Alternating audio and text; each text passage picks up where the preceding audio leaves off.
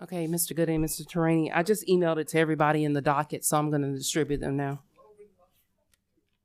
And the email address should be hearing.room. It won't be jocelyn.boyd.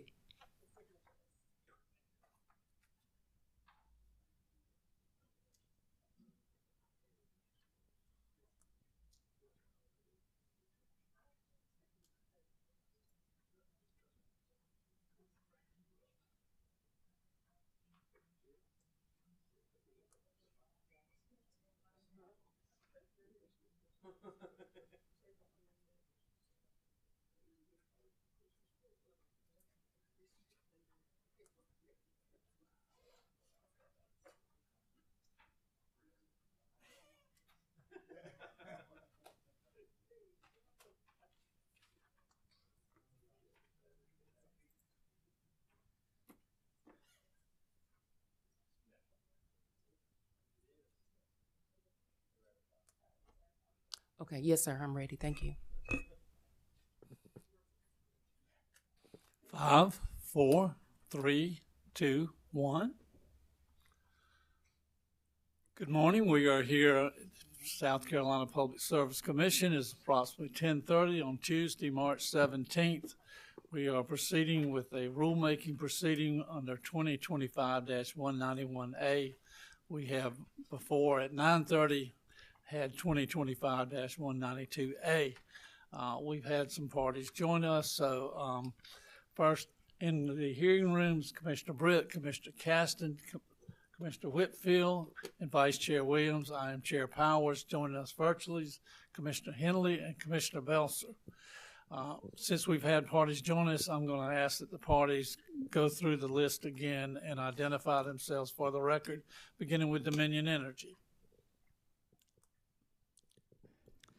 Good morning, Mr. Chairman and members of the commission. My name is Chad Burgess, and with me is Elizabeth Hutton. We are in-house corporate counsel for Dominion Energy, South Carolina, and with us today is Michael Anselmo from the law firm of McGuire Woods.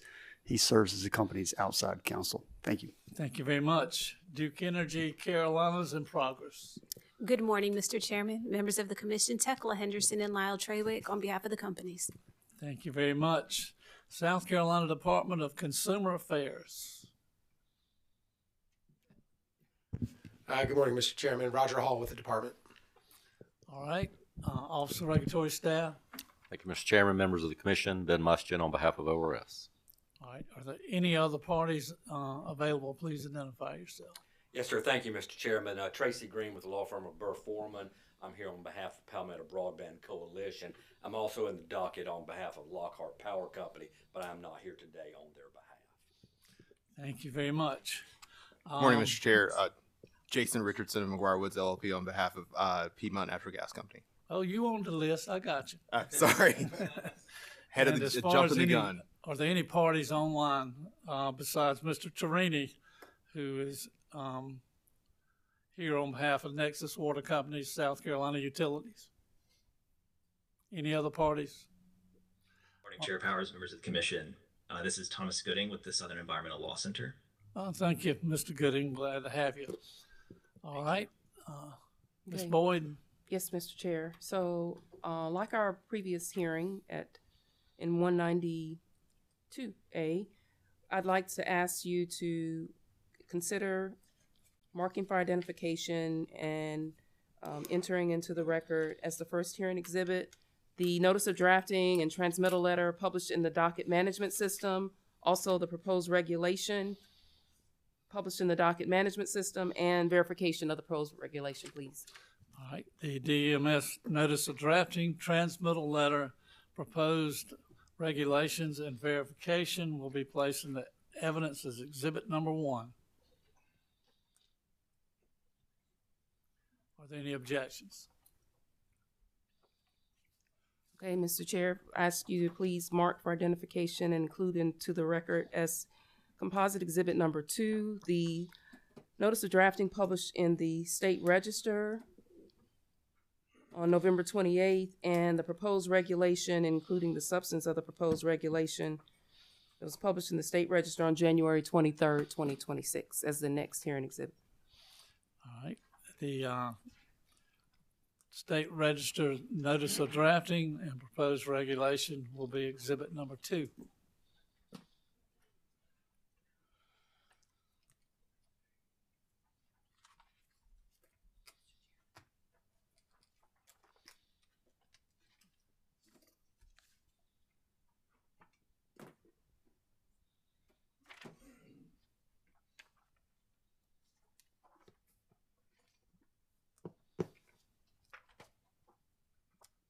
Mr. Chair, the last document that I've already distributed to the stakeholders is the slide deck, and it won't be unless you want to make it part of the, well, this is demonstrative, so I'm just going to distribute this to the commission. All right.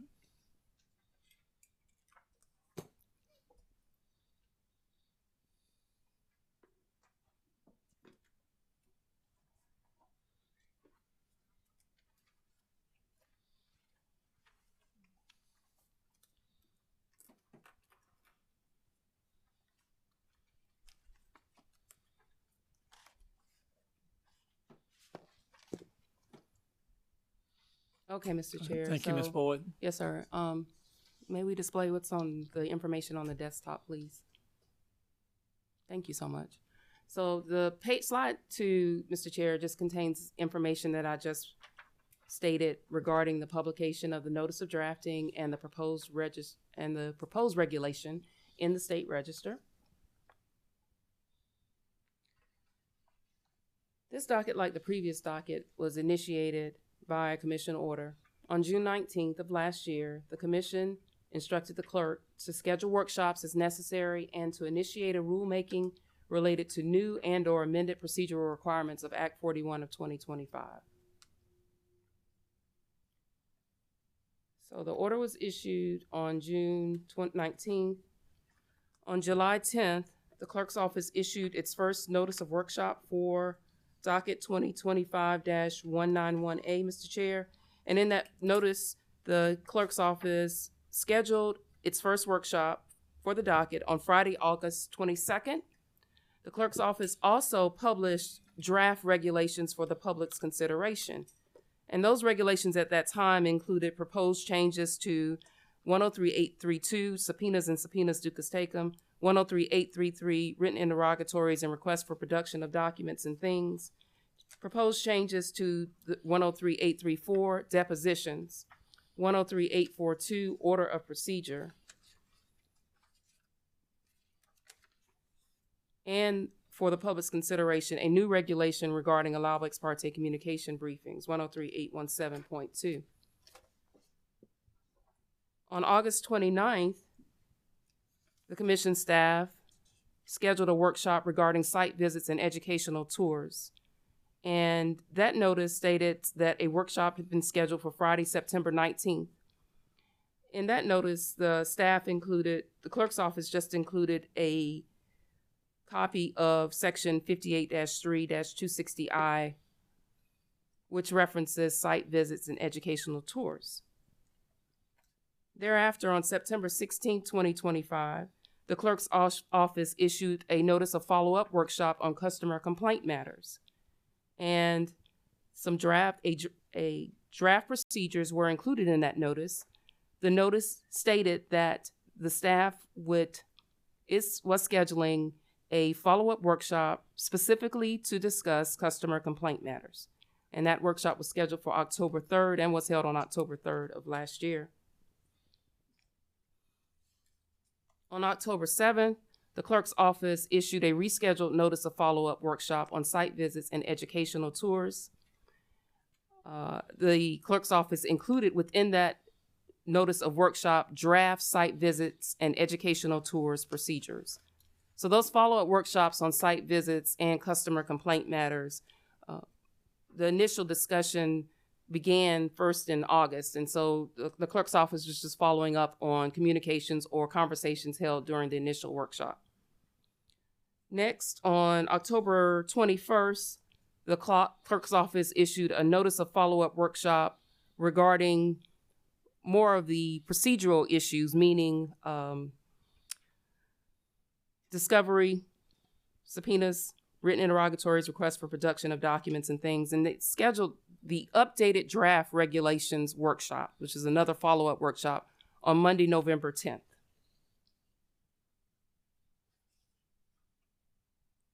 On December 2nd, the clerk's office did not schedule a workshop. However, it posted a draft document, and this is in DMS, and it included the clerk's office's, or the staff's,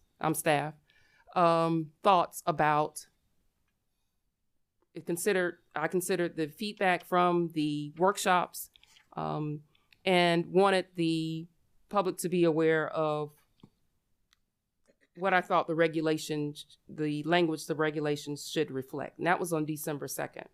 We received some feedback after posting the December 2nd draft document on DMS, and the clerk's office finally issued a notice of limited follow-up workshop for December 17th last year regarding just sections 103-845 E and F, and 103-845 relates to witnesses. So the regulations that are before you for your consideration today include the list that's displayed before you, from regulations 103-822 to 103-851.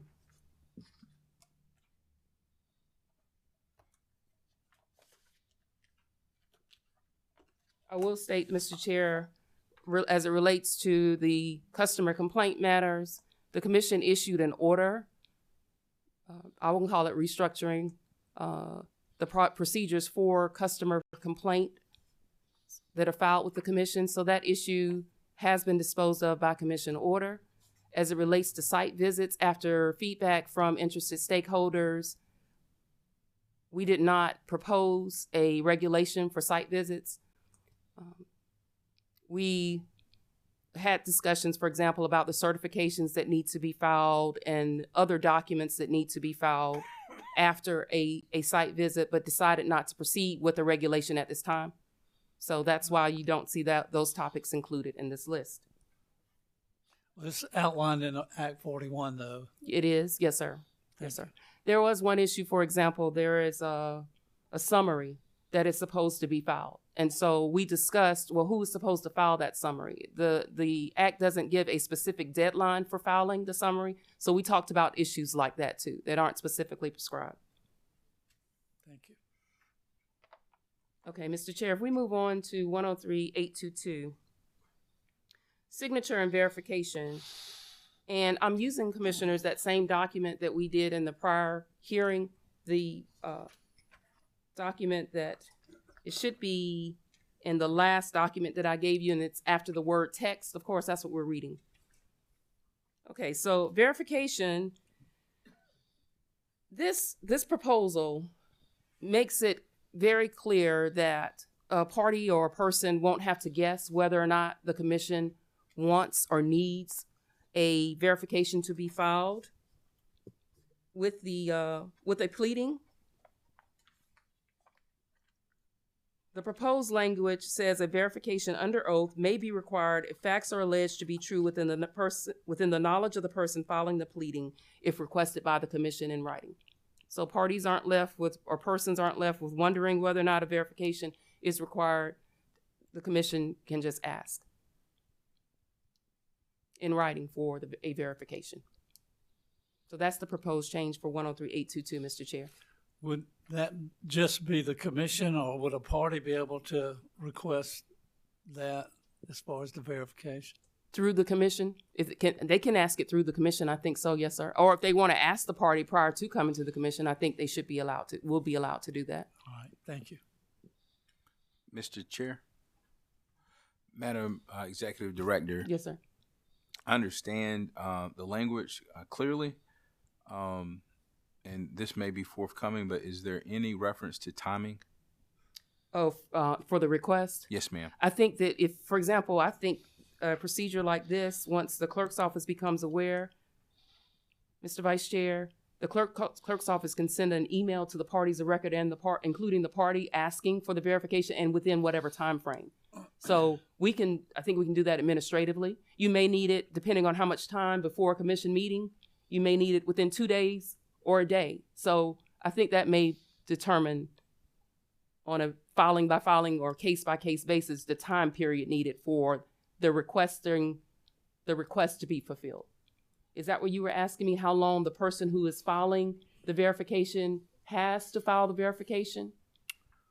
That's definitely relevant. Okay. I think I was more leaning towards if the commission is going to request a verification on a case by case basis, Mm-hmm.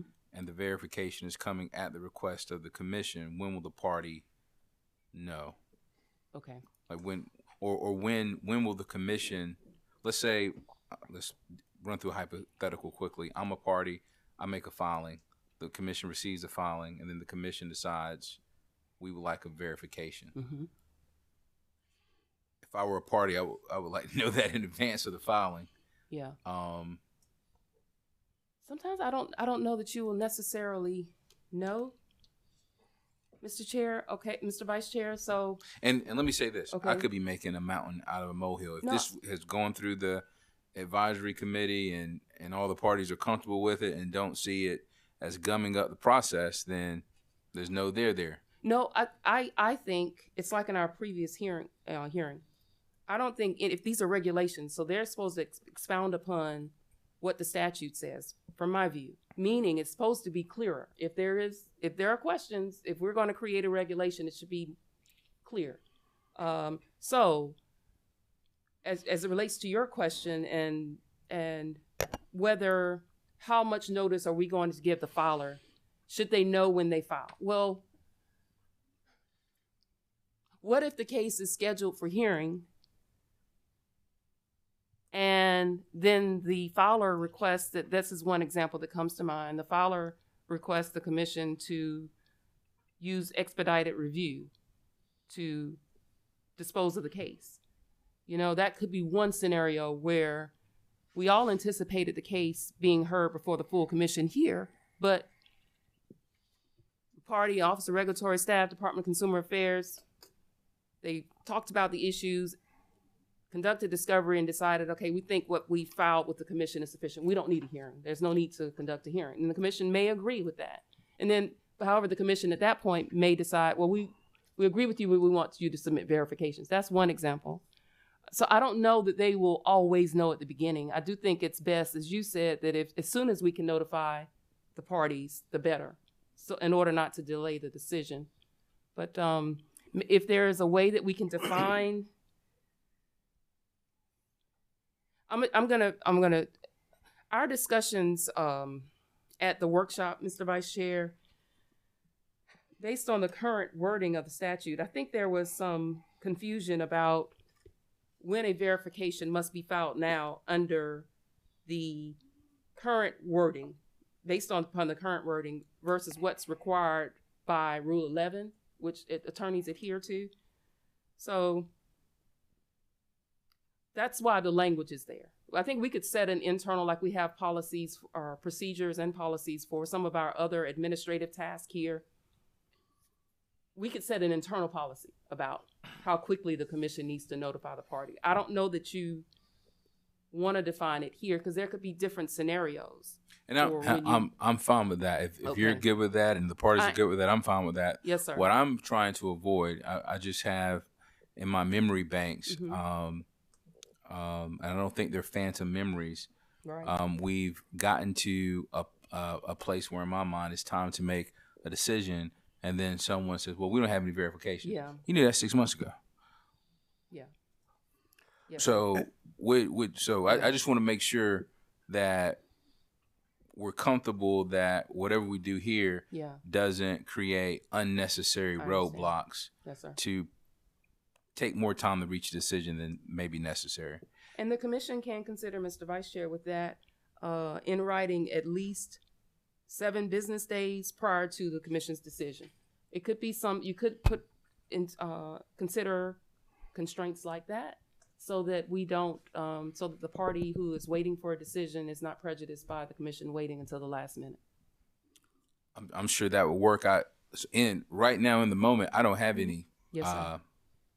well thought out suggestions. Right. Just when I heard it and I read it, Yeah. The concern came to my mind. Just wanted to bring it up to see Yes, sir. if you had any thoughts on it, or the parties have any thoughts. Yes, sir. Ms. Boyd, I would just concur that Vice Chair Williams makes a really good point. The last thing we need is something falling through Yeah. that could have been avoided. Yes, sir. I think he makes an excellent point. Yes, sir. Ms. Boyd, Mm-hmm. Yes, If- sir. you know, whether it's 7 days or whatever, I noticed we took out shall and put may, Mm-hmm. and maybe that was the best thing. I don't know. If it's not may, then everyone knows what you got to do. So time is irrelevant. It's you got to do that, but it is may. That said, it would seem if we do develop something internally, that it do have something similar maybe to what you said, some time frame before the hearing. And I'm assuming that requested in writing would or could be That's an email yes, sir. or whatever. Because I think it's important that everyone understand that. Yeah. Yes, sir. And I'm probably one of the ones Can I that ask, raise that question the most. Yes, sir. All right, thank you. can I ask a question as well? Certainly. Is this Commissioner Henley? Yes, sir. Okay. You have Just so I'm following along verification. Can you just help me understand what that entails? Is that I'm assuming it's not related to like pre-filed or prepared testimony, but probably more relevant to commissioner has a question and the person testifying is on the spot. Is verification simply them attesting that what they just said is true? Yes, sir. That's Or is basically it is. It's that they need to go back and check? no, sir. That what they filed is true and correct to the best of their knowledge. So I also agree with Vice Chair's comments around kind of the timing, and just wondering if they actually do need advance notice to if the commission requests that the test is true, they can simply reply yes or no.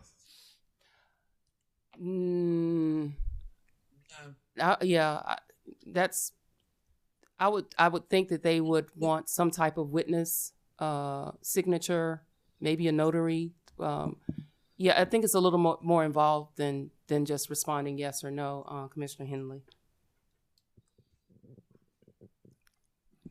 So, thank you, Mr. Chairman. So I think the design here was to create some more flexibility for the commission and for the parties. You know, as it was written, it seemed like everything had to be verified, and that can be onerous when you have, for example, a 50-page application. Who's the one person who can verify every single fact, and you might have to get multiple. So it also accounts for the fact that there are some comment proceedings, or paper proceedings, as I like to call them, that the commission can regularly decide pursuant to statute without the necessity of a hearing.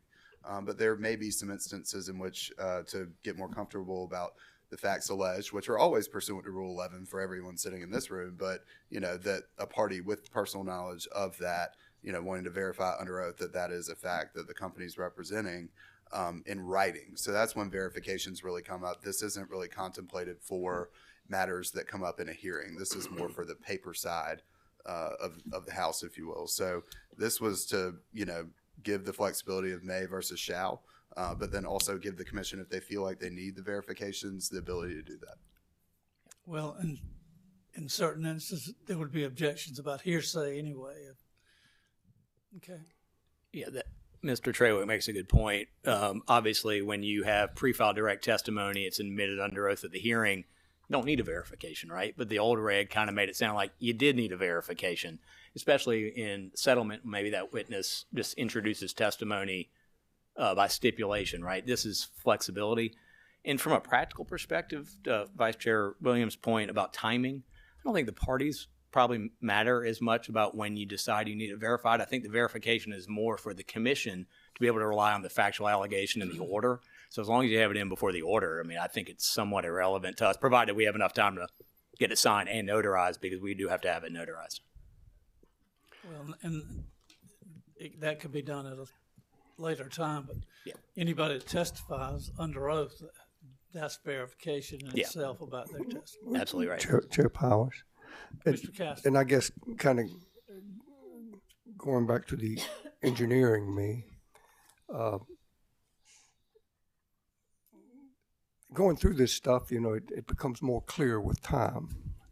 And I understand that and agree. And Mr. Treywick, I think you kind of cleared some things up because, you know, if it's testimony that's been sworn to, who needs it? But every now and then, attorneys come to me and tell me a bunch of things. And every now and then, you know, and I don't doubt anyone's integrity. This is a great group, and I appreciate it greatly. But I understand it. Good enough. Thank you. Commissioner Caston, did you use lawyer and integrity in the same sentence?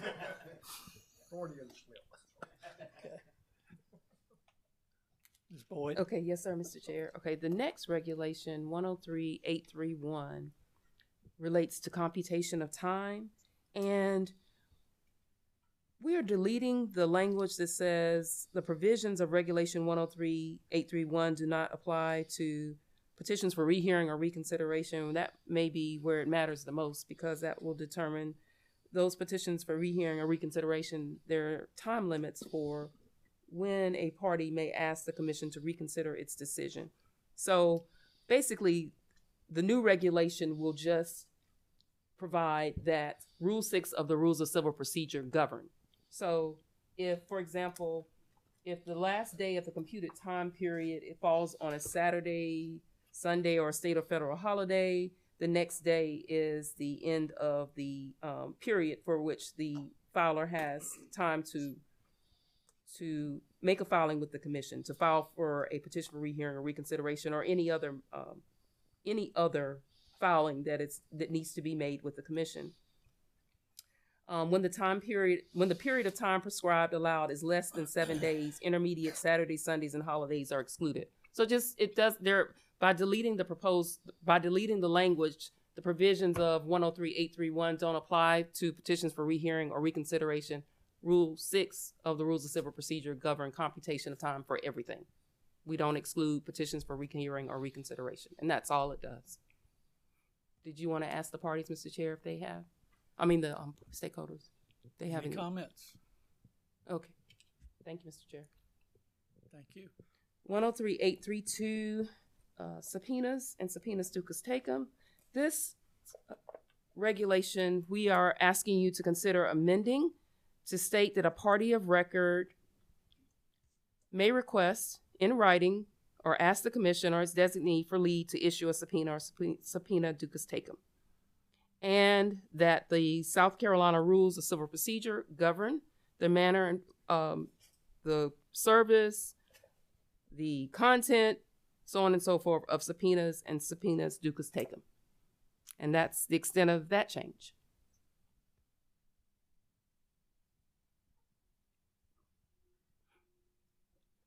Mr. Chair, I don't see anybody with their light on, so I think maybe they're okay, unless they speak up.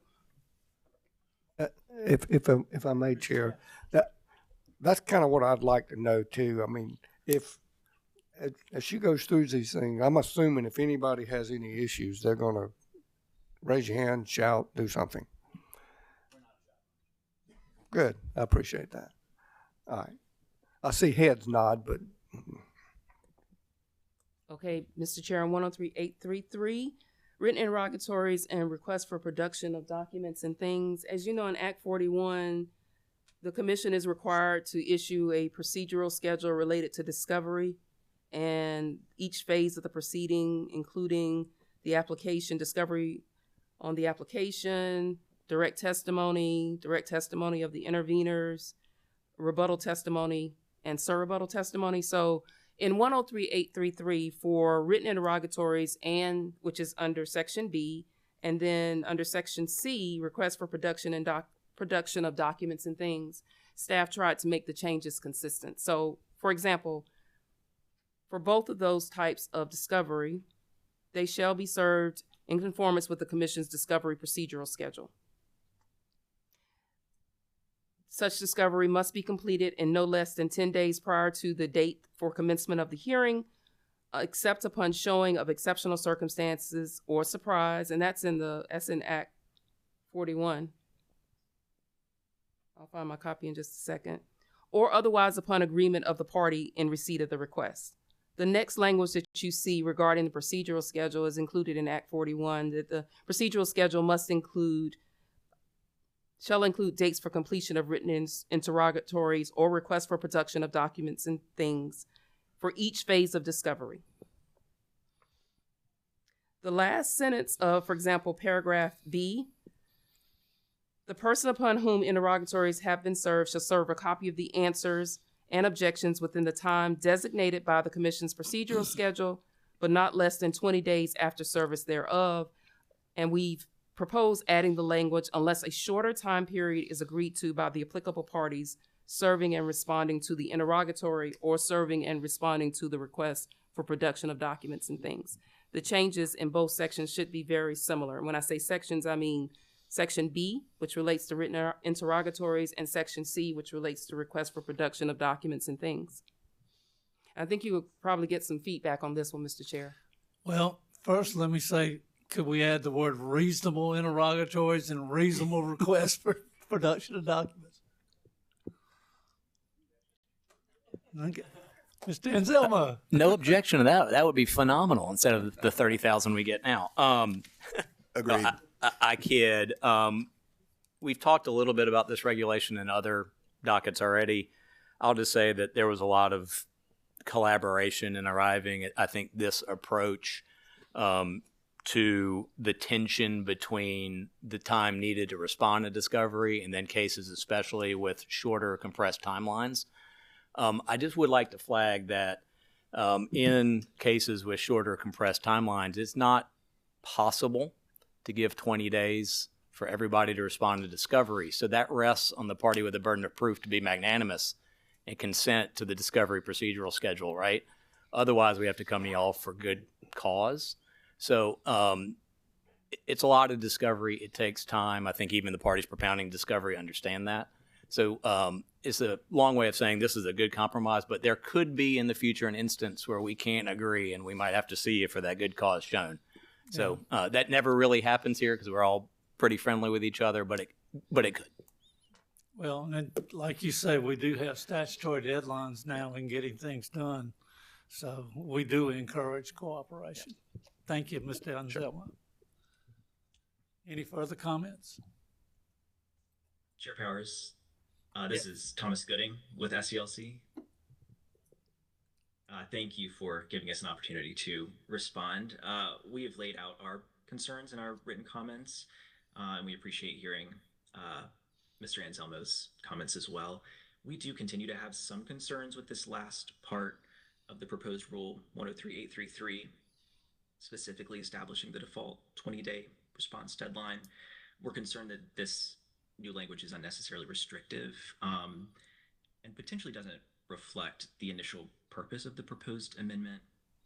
My understanding, initially Commission staff's draft regulation simply stated that the parties must respond to discovery requests within the time period designated by the Commission's discovery procedural schedule, unless shortened or extended by the Commission for good cause shown. In other words, it did not include that default 20-day response deadline.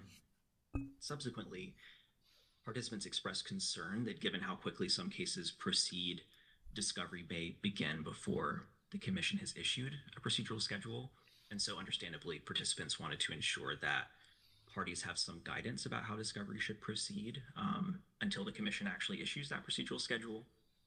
We're concerned that right now the proposed rule states effectively that the person receiving a discovery request must respond within the time period designated by the Commission's discovery procedural schedule, but not less than 20 days after service thereof, unless, of course, the parties agree to a different time frame, which we're concerned might not be very likely, or the Commission amends the discovery schedule for good cause shown, as Mr. Anselmo mentioned.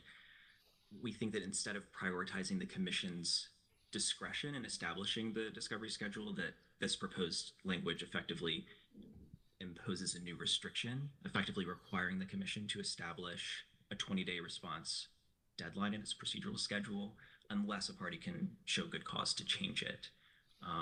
And I think, again, Mr. Anselmo already mentioned that, you know, a 20-day response deadline will be untenable in some cases. And so we really believe that the commission should retain that flexibility to condense the discovery schedule in a given case, to provide all parties with a meaningful opportunity to conduct discovery where necessary.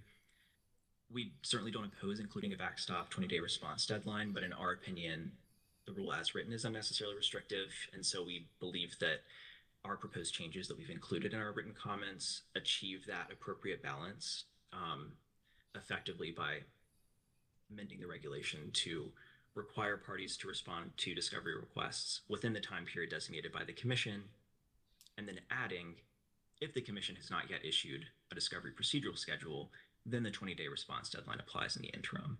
I think that hopefully will limit some of the procedural hurdles that might otherwise exist, and add some clarity for the parties at the same time. Thank you, Mr. Gooding. I know you've filed comments, and we are keeping this record open for 5 working days, including today. The other relief that's available is if interrogatories or production of documents are unreasonable, that's certainly you can file under the rules of evidence about that, and we would deal with it as necessary. But if you would summarize your comments, even though you've already filed stuff, and get that to us within 5 working days. Mr. Chairman, if I might. Yeah, Mr. Traywick. So the commission is not imposing the 20-day. It already exists in law. This is in the existing regulation. So what this regulation is doing is now accounting for Act 41, which requires discovery procedural schedules and phases of discovery. So that's not creating some new thing. That's what the General Assembly instructed to do, and allowing for discovery procedural schedules to account for each type of proceeding, some of which have statutory timeframes within which the commission has to decide the case. And so we're going to have to move a little faster. We understand that. I feel like we've been very accommodating on that. But there's got to be some backstop in the law, and that's what this is. Or it allows the parties to work together, which is required in civil practice already. Before you file a motion to compel, you've got to certify pursuant to Rule 11 that you had a good faith, conference with opposing counsel. So we feel like subsections B and C implement the General Assembly's intent in Act 41, and we appreciate the hard work that all the parties in this room really put in to giving that feedback throughout the many workshops and the process to get to this point. Thank you, Mr. Chairman. And that's why I like the word reasonable. Chair Powers. Commissioner Cassidy. If I might, Mr. Gooding, I know Southern Environmental Law Center is included on this list relative to these workshops and such. Were you able to participate, or did anyone from Southern Environmental Law Center participate in the workshops? Yes, thank you, Commissioner Caston. I appreciate the question. We did. Both Ms. Mixon and I had the opportunity to participate in each of the workshops that Commission staff held. A sincere thank you to Ms. Boyd and Commission staff for their attention to these really important matters. I believe there was one limited follow-up workshop in mid-December that unfortunately both Ms. Mixon and I could not participate in, but otherwise we did participate in each of those workshops, and our comments were very much informed by what participants shared during those workshops. As I mentioned earlier, we filed comments both on January 6th as well as on February 27th, stating our concerns and recommendations based on our participation in those workshops. Good. With that, I'm glad to hear that. Thank you, Mr. Gooding. Thank you, Commissioner. Ms. Boyd. Okay, Mr. Chair, we'll move to regulation. Can I ask one? May I ask one question? And this is Mr. more grammatical. In B, in that sentence we've been talking about, not less than 20 days after service thereof, unless a shorter time period is agreed to by the applicable parties serving and responding to the interrogatory. Should that be plural, interrogatories? Because occasionally, once you've gotten on down, you might have one, but most of them are plural. And at the beginning of that sentence, it it's plural. It's more of a parallel construction grammar thought. Okay, thank you, Commissioner Belser. Thank you. Okay. 103834, Mr. Chair, related to depositions. So a party in a proceeding may ask the commission for leave to take a deposition, and the deposition request shall set forth the facts the requesting party seeks to establish by conducting the deposition. The written request shall be filed with the commission at least 10 days prior to the commencement of a scheduled hearing, unless there are exceptional circumstances or surprise that exist. And that's the language that we added, Mr. Chair. What would be an example of exceptional circumstances? I mean, we have pre-filed testimony. Mm-hmm. Can anybody address that?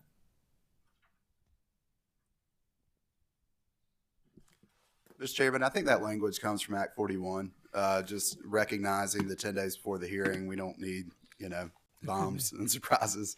Right. And so I believe that's where that language comes from. I mean, I can't think of one sitting here, but it's something more than good cause, right? It's encouraging parties to not sort of sit and wait till the end to tell their position. Yeah, that's not the way this process is set up, and that's not the way it should be.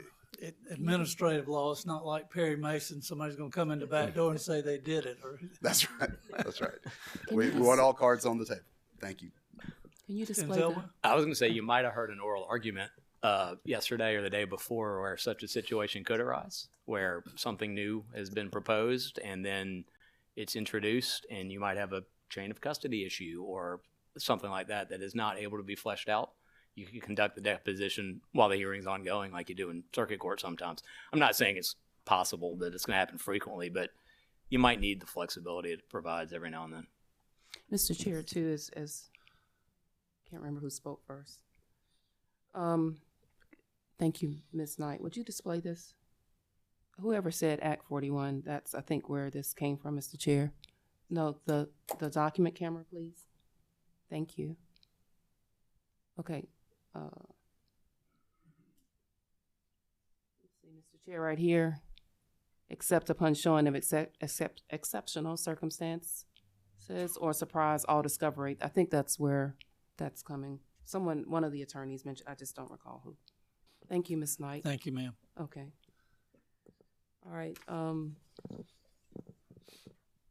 Ms. Knight, may we return to the desktop? Thank you so much. Okay, now we're on, Mr. Chair, other discovery procedures, 103-835. So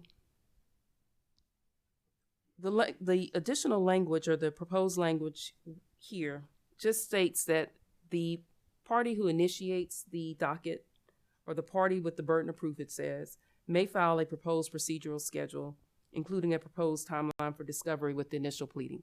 The clerk's office, when it needs to, sends a document to the parties in the case asking for them to provide a proposed discovery procedural schedule, Mr. Chair. But it is helpful, example, for rate cases and pre-file testimony, if we are aware prior to issuing the notice and the pre-file testimony letter, if the parties who exist in the docket at the time file that information with us, so we don't have to turn around and issue a revised notice or revised pre-file testimony letter. Well, would we still vote on the procedural schedule? You still vote on the discovery procedural schedule, yes, sir. Okay. Now, if there's an issue between the parties in the docket regarding the proposed dates, then of course we'll place that matter on. Other than that, if they've reached an agreement, clerk's office will just issue the documents.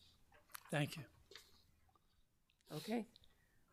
Next regulation, 103-842, relates to order of procedure. And as you are aware, prior to this proposed change, an order of procedure for investigations, applications, and petitions and complaints already exists in our regulations. With the language in Act 41, at least staff's reading of the language that says the party with the burden of proof must be permitted to open and close its case, we propose adding, for example, in A1 of 842, a number 4, where if if an investigation is being conducted, the Office of Regulatory Staff will be the last party to present evidence to the commission. For applicants and petitions, the applicant or petitioner would have the provide the commission with its final thoughts, and in a complaint proceeding, the complainant would close the proceeding, Mr. Chair. So those are the proposed changes. As far as responsive witness testimony, would there be a requirement that be someone who's already testified, or I mean, that's where the word surprise comes in. If a new witness was brought in response, it seems to me that would go to the earlier thing we just discussed. So, for exceptional circumstance or surprise. Now, Mr. Chair, are you talking about discovery? If they wanted to put up responsive testimony, Yes. does it have to be someone who's already testified? It could be somebody new. Is that? That's okay. That's just I'm just curious. And Mr. Chairman, I think that one's going to be in 103, 845. This is more of just the order in which you hear the case generally, and then that one will address witnesses in particular in that regulation. Thank you. You ready for me to move forward, Mr. Chair? If no one has anything. Okay. All right. So 842.1. This section was added to address established comment procedural schedules. For example, oftentimes the commission will approve a comment procedural schedule for its integrated resource plan update dockets, and some other dockets too, as you may recall. So 842.1 is a proposed new regulation for cases, applications, or petitions with established comment procedural schedule. However, no hearing will be conducted in that case. And it provides comments will be received upon applications and petitions in the following order unless otherwise ordered by the commission. So the Office of Regulatory Staff and other parties' comments are filed, and then the applicant or petitioner files reply comments. That's the proposal. Any comment?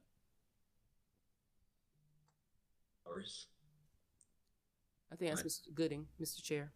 It's Thomas Gooding again with SELC.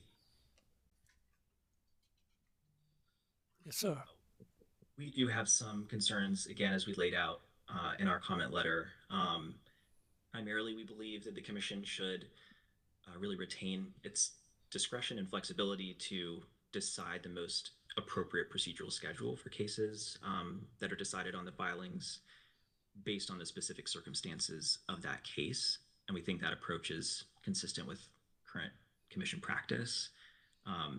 For example, in IRP update proceedings, which are generally decided on the filings, the applicant files its IRP update, then ORS files a report on the update, then interveners file comments, the applicant files a reply, and then all parties generally file proposed orders.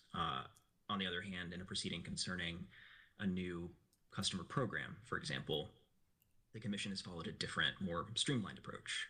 The utility files its application, ORS and interveners file comments on the application, and then all parties file responsive comments. And in some cases, all parties have an opportunity to file further reply comments after that.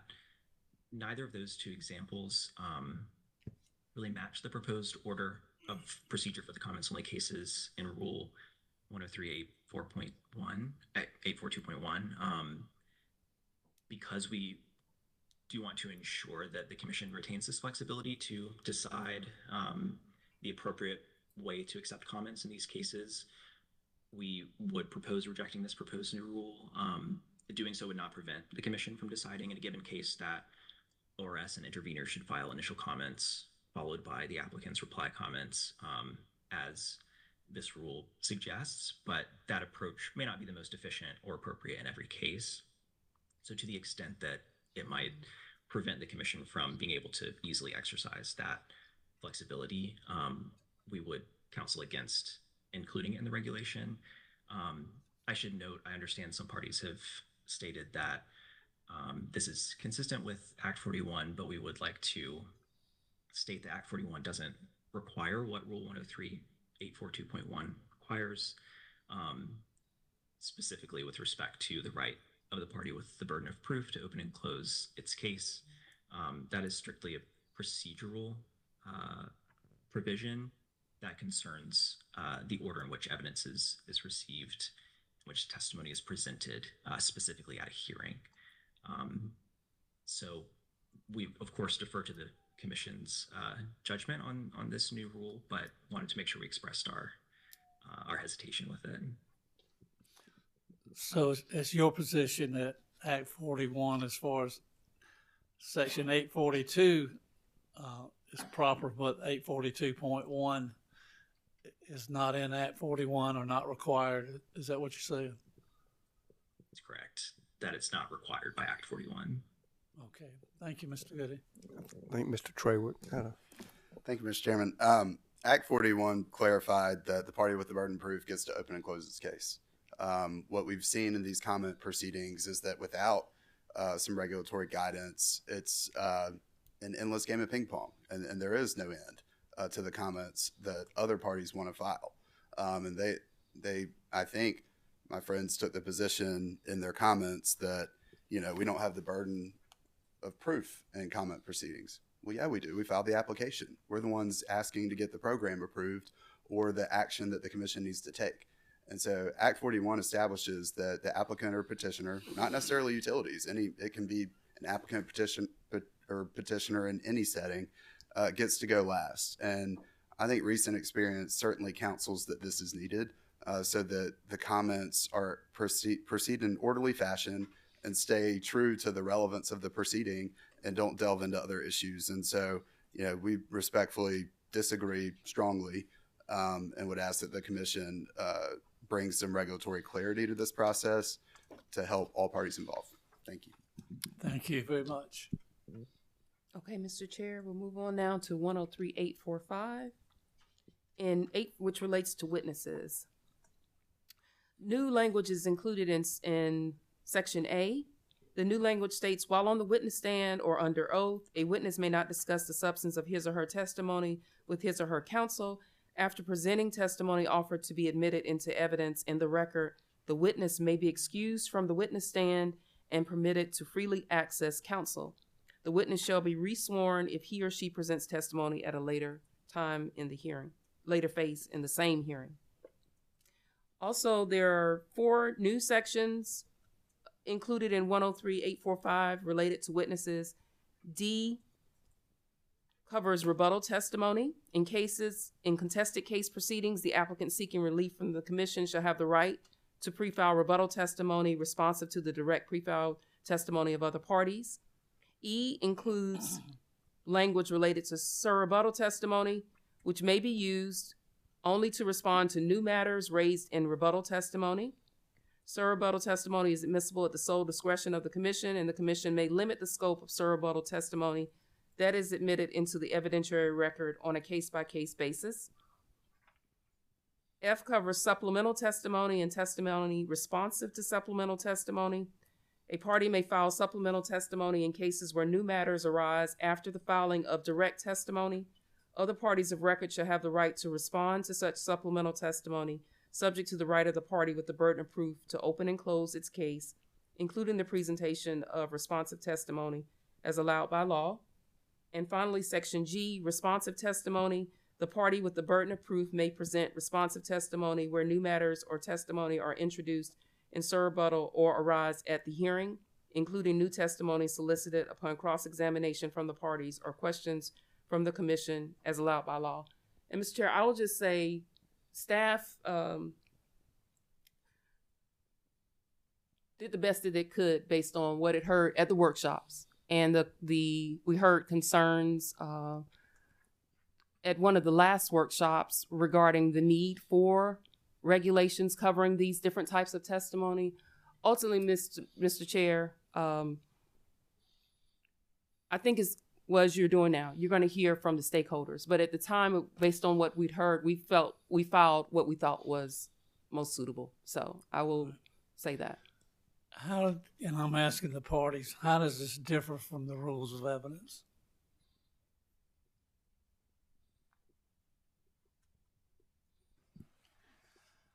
I think the commission would still apply the South Carolina Rules of Evidence, but this is just accounting for the change in Act 41 and in recognition that there is a little tweak in administrative proceedings, right? Sir rebuttal is not filed as a matter of right, but as we've seen, it's certainly filed as a matter of course. And so the General Assembly, recognizing that that's been happening, enacted the revisions to 58.3.140D, and allowed the party with the burden of proof to be permitted to open and close its case, including the presentation of responsive witness testimony. So that's really a codification of Utility Services, Inc., which said the party with the burden of proof must be able to respond to evidence presented in opposition, and with, you know, the requirements of administrative due process in Article 1, Section 22. So I think what I'm more interested in is having to swear the witness in, giving the witness a chance to change or do whatever in between. So I think that's where subsection A comes in, and the chair has been, or the commission has been allowing this since I think the 2023 IRP. The hearing was in 2024, but you know, there's a difference between coaching people, right? That's still not allowed, but there's an access to counsel issue. And so the witness has a right to be able to speak with their counsel throughout the proceedings, so long as they are not sworn in under oath on the witness stand. And that's not in consonant with the rules of evidence or civil trial practice, frankly. You know, as a plaintiff's lawyer, you got the plaintiff sitting next to you the whole trial, and you have to be able to talk to him or her. And so that's really what this is doing here in subsection A, but not just for the plaintiff, this is for all parties. They can speak with their witnesses, just not while they're on the stand about the substance of their testimony. They can talk about the crazy weather we've had or football or whatever. But this, I think, balances the rights of all the parties and is consistent with trial practice. And I don't think it contravenes the rules of evidence. I just see somebody pulling a witness down and saying, that's not what you're supposed to say, and then put them back up. I think the commission has the wherewithal and the ability to smoke that out. And you can ask questions about that. But I don't think that's not what this is. You know, the parties need to be able to speak with their experts, right? These are experts who run various aspects of the company and need to be able to talk to them about, you know, potentially what questions to ask other parties. That's part and parcel of trial, right? Yes. And no less so in the contested case proceeding context of the Administrative Procedures Act. Thank you. Any further comments? Yes, a minor follow-up. Law did a nice job there. Act 41 is clear. Party with the burden of proof gets to close, including responsive testimony, right? And what you see in the reg is we've contemplated the situations where responsive testimony would arise. Something new happens, or you have to address something from a commissioner question that you didn't anticipate. If you have to use the same witness to address that, it is a fundamental fairness issue that you should be allowed to prep that witness to address the thing that is being discussed in responsive testimony. That is a necessity, frankly, given the mandate from the General Assembly. If we don't have that, it hamstrings whoever has the burden of proof to be able to present their case in full. Yeah.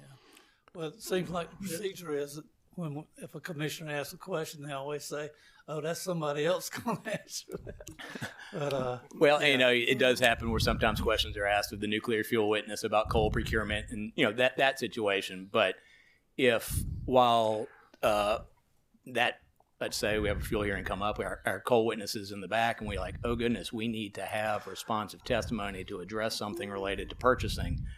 We have to have the ability to talk to that witness and say, here's what the commission's getting after, sort of a mini witness prep session, if you will, and then put them back on the stand at the appropriate time. Okay.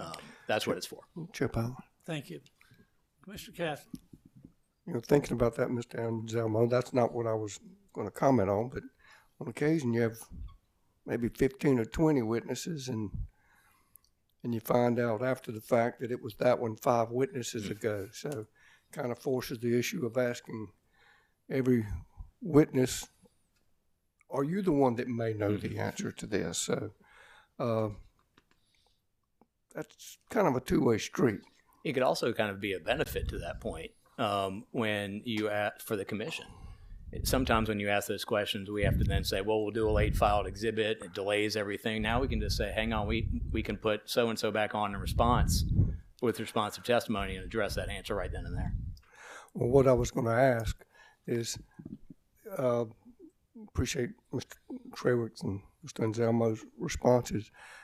And I just felt compelled to kind of look over this side of the room and see if Mr. Hall or Mr. Mustian had any comments. I mean, I haven't seen any hands wave or flags wave, so I'm assuming you're good with all this stuff unless I hear otherwise.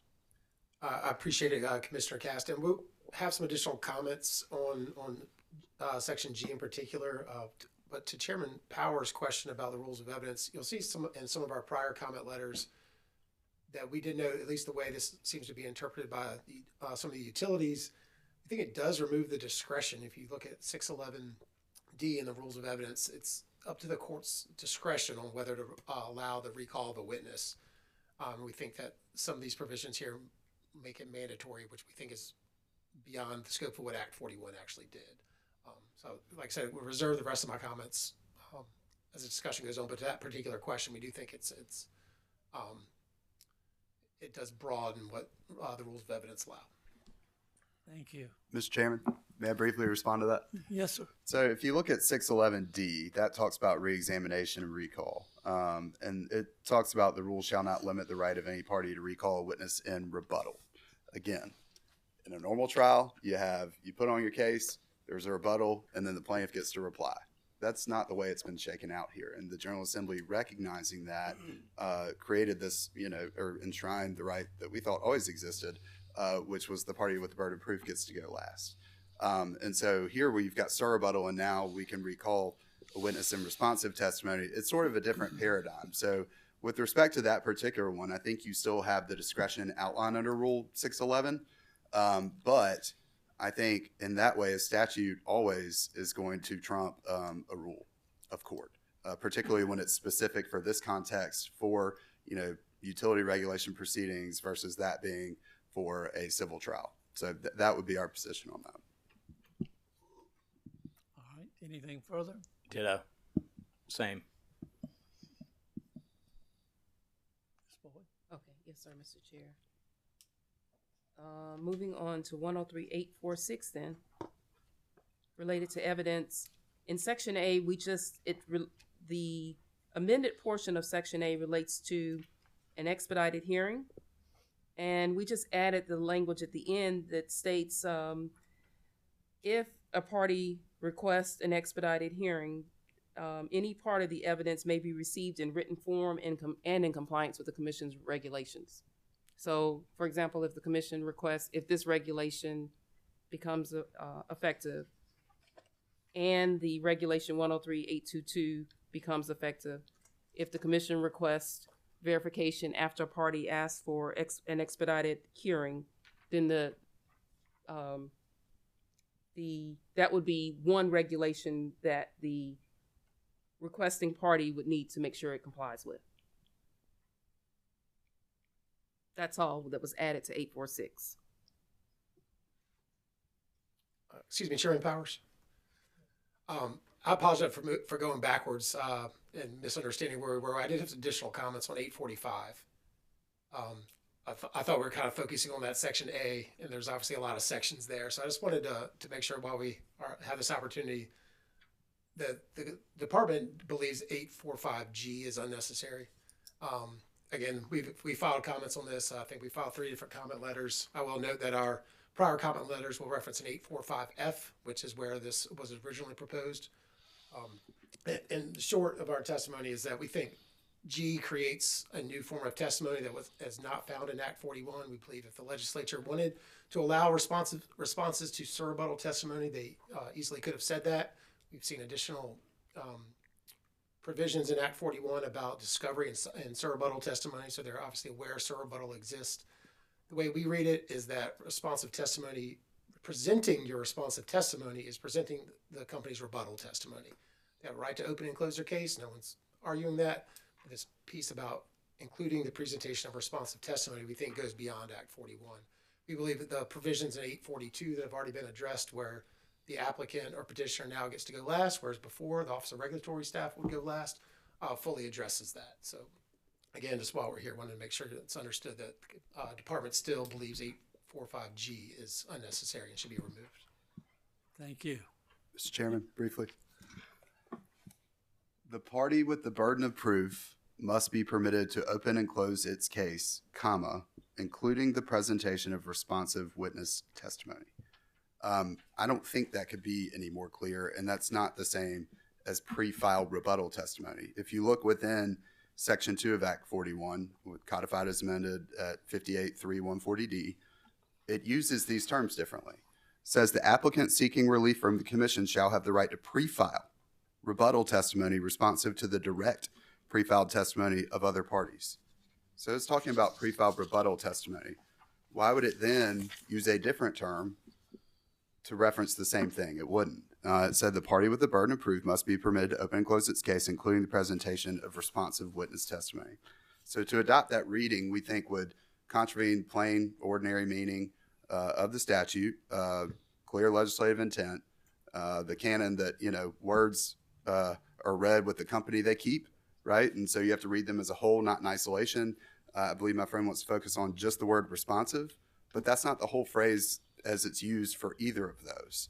And so under Matchin v. Karas Corp., that's 419 SC 527, 545, 799 SE 2D 468, 477, the legislature's use of two separate terms makes clear that it intended two separate meanings. And so too here. I think that sort of ends the discussion. And we certainly understand DCA's position on that. We had a lot of collaboration during those workshops, and I think ended up adding some language in there to try to assuage some of those concerns. I certainly understand that's his position, but I believe, the regs have gotten to a good place with what all this means and how Act 41 must be implemented. Chair Powers, may I respond? Certainly. I guess first I just would like the opportunity to review the case cited by Mr. Trawick. That wasn't in their pre-file comments I'm aware of, so to the extent that they're relying on that, so we would like to look at that. There's been prior case law cited in this docket that we think were incomplete and a little misleading. I'm not only focused on the responsive testimony. There's a lot of language here, and this Act 41 focuses on the presentation of responsive testimony. We've already talked about some of the differences between the normal litigation and what happens here at the commission. There's still a preference for pre-filed testimony in Act 41. Our reading of this is that when you present, what you're doing here is you're presenting your pre-filed testimony. That's what happens in every docket. We all pre-file testimony. The witness then comes and presents it. We believe that what the legislature intended is exactly what I said, what 842 allows. You now get to present your rebuttal testimony last. And so we don't think there's any conflict with any existing case law. Rebuttal comes before surrebuttal. How could it mean that? Chair Powers. Is this what y'all have been doing in these workshops? Yes. Yes. It's a lovely way to spend a Friday in the spring. Good night. Do we need to take a break? Does anyone need a Snicker bar? No? All Mr. right. Hall, I think they take it seriously that they get the last word regardless of what you say. But Yes, sir, and I understand. And if that was the intent of this, we think it could have been much clearer. And again, all this is laid out in our comment letters. Certainly. And as far as your chance to review, we do keep the record open for 5 working days, counting St. Patrick's Day. So. Chair Powers, I said this at, I think, the last workshop that we had on a lovely Friday morning.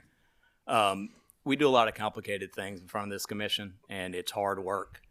This might be the easiest thing to address in the history of the Public Service Commission of South Carolina. The legislature said the party with the burden of proof gets the last word, including responsive testimony, right? This is not difficult. It's straightforward. You don't need a case to know what this means. You don't need a tortured interpretation to try to change what it means. The General Assembly has spoken. It's over, and we will all address it in the context of the regulations. Thank you. Mr. Powers may also have an opportunity to. Go ahead. Excuse me, Commissioner Caston. Commissioner Caston. No, I was simply going to say in my brief tenure here that's not as brief as it once was, things that have been crystal clear seem to not always be crystal clear. And clearly in y'all's discussions, Mr. Hall's a pretty big fellow. there, I've noticed. And Mr. Mustard's not small himself, and I'm just thinking, you know, you were in the same meeting they were.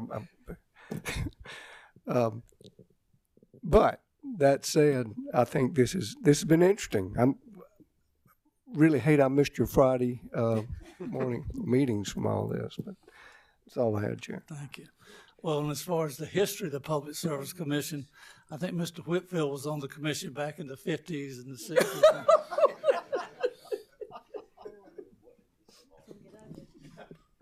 I wasn't born in the 50s, Mr. Chairman. Okay. All right, Ms. Boyd. Yes, Mr. Chair, I think Mr. Gooding too. I think he. Thank you, Ms. Boyd. Mm-hmm. I appreciate that. Thank you. If I could just respond briefly. SCLC also included in our comments that we agree with DCA's interpretation of responsive testimony. We do not believe that Act 41 creates a new phase of testimony. It uses, to briefly respond to comments I heard from Council with the Utilities, I believe the reason that the term responsive is different than pre-filed rebuttal or pre-filed to rebuttal is because responsive testimony refers to both rebuttal testimony, but also potentially supplemental testimony, which Act 41 also created the possibility of parties filing. So instead of using the term rebuttal, it makes more sense to use the term responsive. In other words, the party with the burden of proof may present during the hearing their witnesses on rebuttal or supplemental pre-filed testimony at the hearing. Also, with respect to the different usage of the term responsive testimony, Act 41 also says in Article 3 that all expert testimony must be pre-filed with the Commission.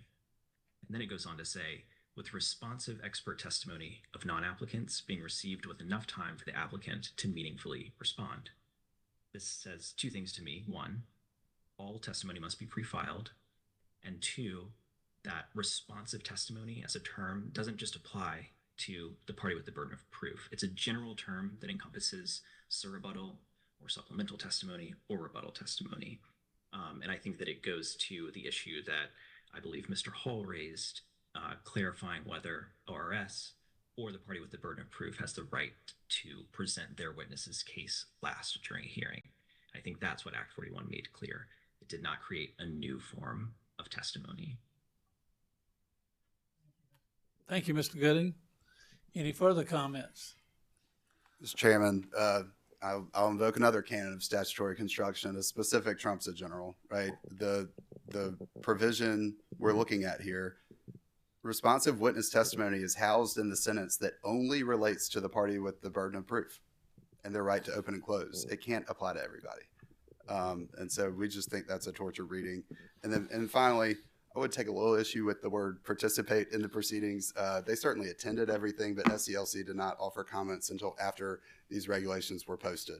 And I just want to commend your staff for the very hard work that went into all these workshops and the specific follow-up workshop on these very provisions that allowed us to discuss with the Department of Consumer Affairs and other stakeholders, the concerns surrounding these. And so, I just feel like to come in now and try to tank it at the very end, y'all can take that for what it's worth. That's just my opinion. But we think Act 41 is clear. I believe Mr. Anselmo gave good reasons why to. And responsive witness testimony applies to the party with the burden of proof. In certain proceedings, that's ORS. In other proceedings, it's a complainant. In some proceedings, it's the utility. But it applies across the board and with equal force. Thank you. Thank you, sir. I respond to that briefly. Yes, Chair sir. Powers. SCLC did participate in this process very intentionally and deliberately. And it's unfortunate to hear that Mr. Trewick has a different opinion of how he participated. As you all know, Ms. Mixon and I are a team of two. We've had quite a busy past several months, and we've participated to the greatest extent that we possibly could. That included attending every single workshop that the commission had, with the single exception of a limited follow-up workshop on December 17th when Ms. Mixon and I simply couldn't attend. Instead of staking out a position at the beginning of the process, we considered the workshops to be an opportunity to listen to other parties' perspectives on these regulations and consider how those perspectives might inform our understanding of Act 41 and the procedural requirements that the commission is considering in this particular matter. And so because we did not necessarily file written comments early on, doesn't mean we weren't participating. We were listening and considering deliberately what each of the parties, what each of the participants in the workshops had to say. We also, as Mr. Trawick noted, filed comments on January 6th. We filed comments again on February 27th. It's March 17th. I believe that we aren't making a last-ditch effort to tank anything. We're simply taking the information that we received from different participants, the differing perspectives that parties had. It certainly changed our position on certain matters throughout the process, and then we tried to make an informed argument about our concerns and recommendations. I hope that in future workshops, that form of participation will also be recognized as valuable rather than talking for talking's sake, trying to listen and understand and make an informed opinion once you have that available. And one slight other point of clarification was not suggesting that responsive testimony in this particular provision applies to anyone but the party with the burden of proof. I'm simply claiming that the term responsive testimony is being misinterpreted by Mr. Trawick and others, and that it is not a new form of testimony for the party with the burden of proof. It is a broad term, an umbrella term that covers things when it applies to interveners, surrebuttal, and supplemental testimony. When it applies to the party with the burden of proof, whether that's the utility or RRS, rebuttal, or supplemental testimony. Just want to make sure that point is clear. Thank you, sir. All right, Ms. Boyd. Yes, sir, Mr. Chair. We just have one more, 103-851. Thank you, Ms. Knight. Relates to briefs or proposed orders, and we are asking the commission to consider amending Section A to read the presiding officer or the presiding officer's designee may fix the time for filing and service of briefs or proposed orders after consultation with the parties. And then in Section E, we want to delete practice that has been basically non-existent since the commission implemented e-filing. The language that reads 10 copies of each brief shall be furnished for the use of the commission and staff. We don't need copies anymore. And that's it. Any comments? All right. Anything further from any commissioner? Ms. Boyd? No, sir. Well, Ms. Boyd, thank you so much. I know how hard you've worked on all this, and I thank the parties as well. And again, I'll say one more time, you got 5 working days, and we're not counting today. It will be Tuesday, March 24th, 2026, if there are any additional comments regarding the matters discussed this morning. We thank you all very much. I appreciate that you all get along so well. And bless you. And we are adjourned.